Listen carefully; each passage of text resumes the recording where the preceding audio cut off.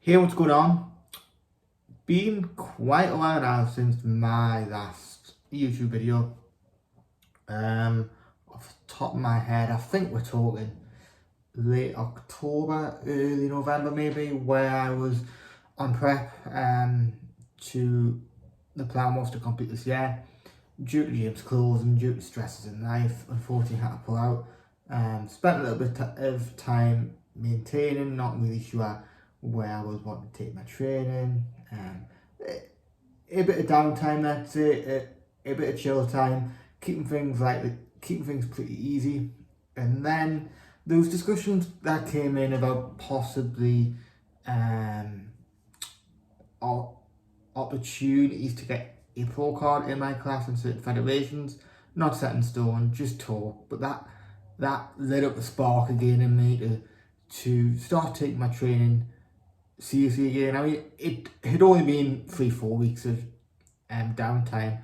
I pretty much always take my training pretty seriously, no matter whether my goals in the past have changed from powerlifting, dabbling in a little bit of CrossFit, 2 years ago, and obviously my main sort of passion for bodybuilding. So that being said, signed up with a coach.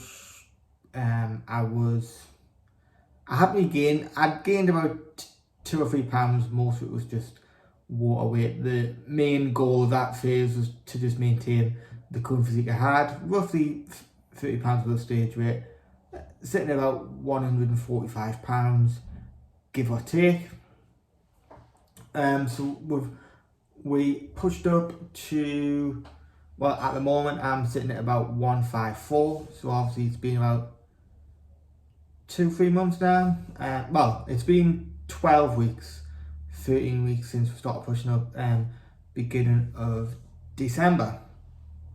Now, so this comes into why I've sort of decided to start this YouTube video.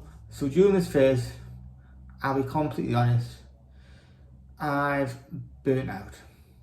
Low volume training, high intensity training, training from home, keeping motivated, training from home, predominantly until 2 weeks ago used resistance bands.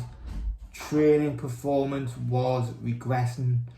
I'd 1 week I'd be 3-4 reps up, then the next week all of a sudden reps would drop by 6. How that worked, I don't know. Volume gradually came down from a pretty high frequency 4 days on, 1 day off split, up by lower, to end up being push-pull legs, 1 day on, 1 day off. So you can sort of see how that sort of transitioned.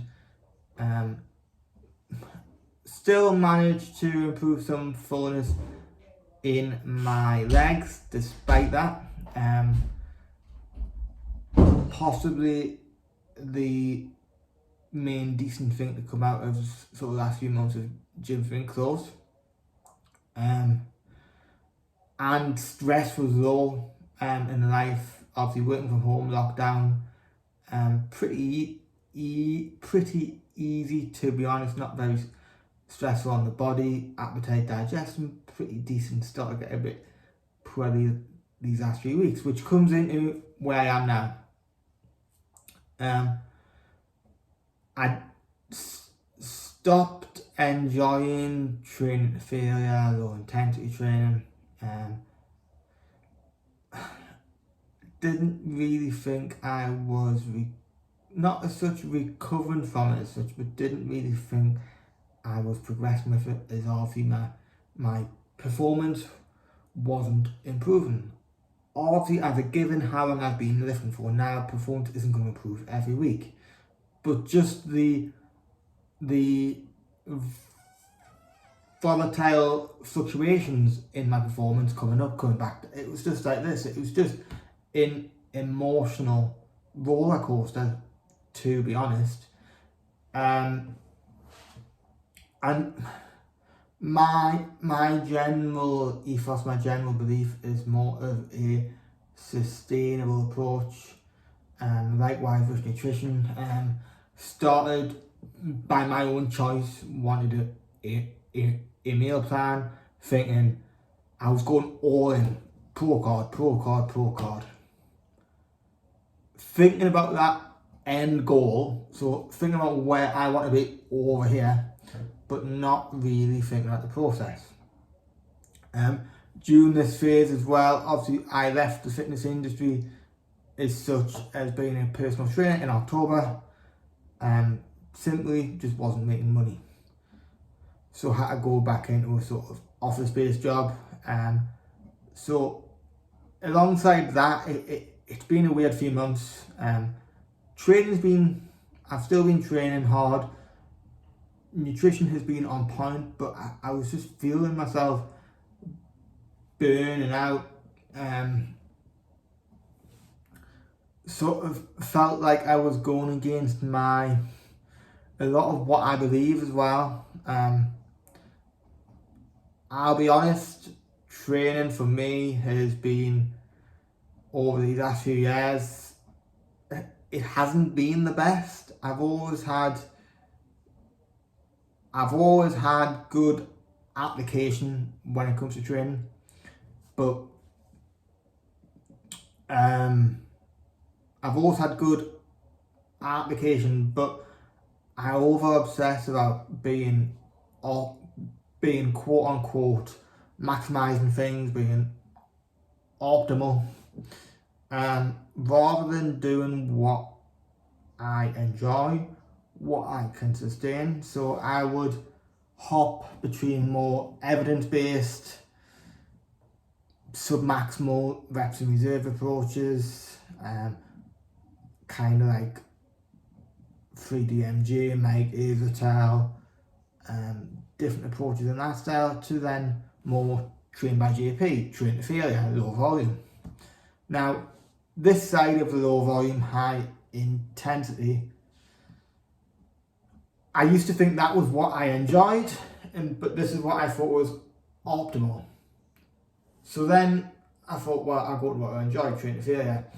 But if I'm deeply honest with myself, it was more the ego, the hard sets, the train to failure, the pushing the most weight you can. But logically, when I think about cerebral palsy, when I think about the effect on the central nervous system, when I think about the way cerebral palsy works, the way it affects muscles, the way it affects muscle growth, it just doesn't match what I see as A, being optimal anyway, and B, being sustainable. Given as well that I have bought some decent kit in my yard now, I've got a bench, a dumbbell. I want to train from home because that is more sustainable for me.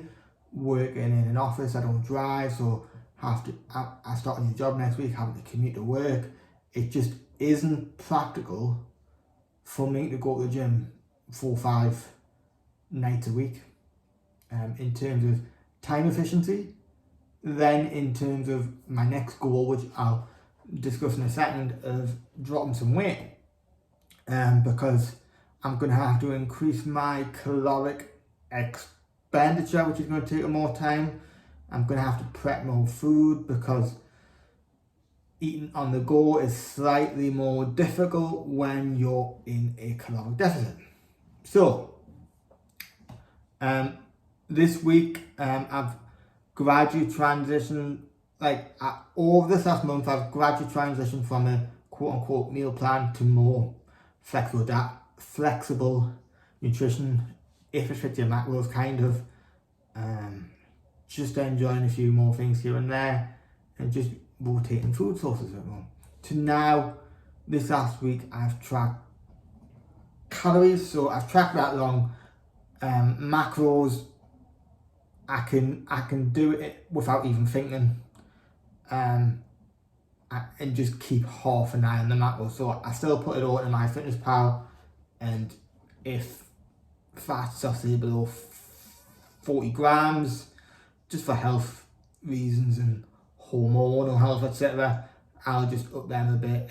If I see carbs sitting maybe too low, fats maybe creeping quite high, I will just sort of switch things around. But I haven't really got specific macro goals where I go bang on the gram or within 5 grams. Because for me, I find the less stress I put on myself, the less pressure I put on myself, the better of a bodybuilder I am, the more I enjoy it, the less I'm focused on the end goal, the more I'm focused on the process, the journey.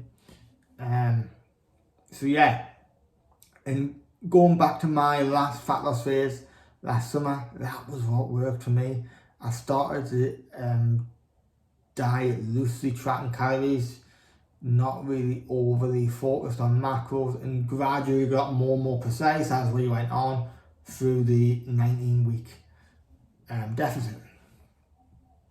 So I am going to be keeping these pretty raw. I am going to start a bit of a series again. Whether, I'll be completely honest, I am going to keep these pretty raw because I don't enjoy editing, trying to make fancy videos, working 9 to 5, trying to relaunch coaching, trying to make a career in the fitness industry per se. I haven't got a lot of time to sit there on my laptop editing videos, so literally once I press pause on this, it'll just be uploading. What I'll probably do is some inspiration from guys like 3DMJ, Bill Nunes, and Jeff Alberts. I quite like the format that they put their YouTube videos in. It's weekly video of their training clips, and then they'll just do a voiceover like this, just going through the week, which for me is kind of like because I'm now coaching myself, which I didn't also mention.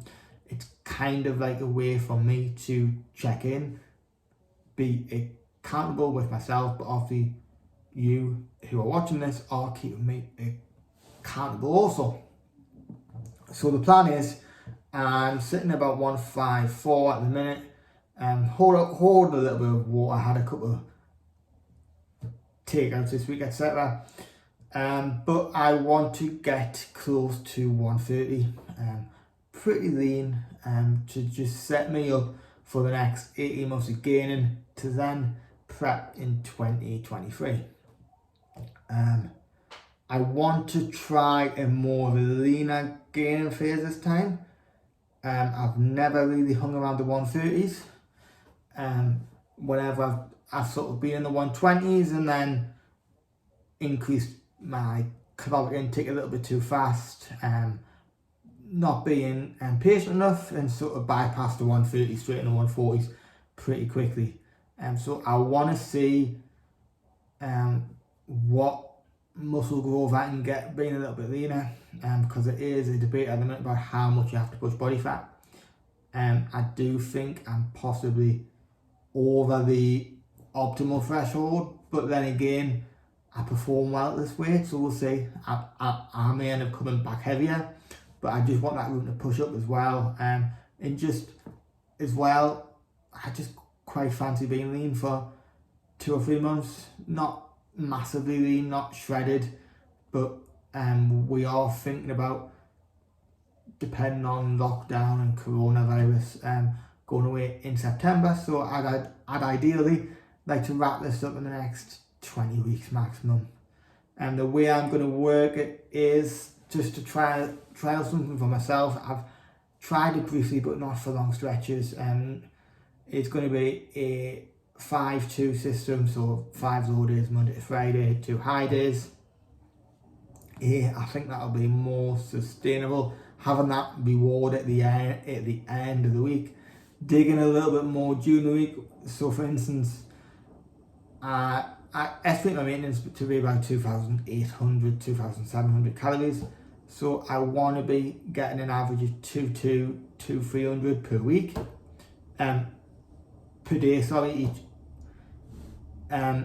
So that means that my low days will be 2,000 and my high days will be 2,800, 2,700.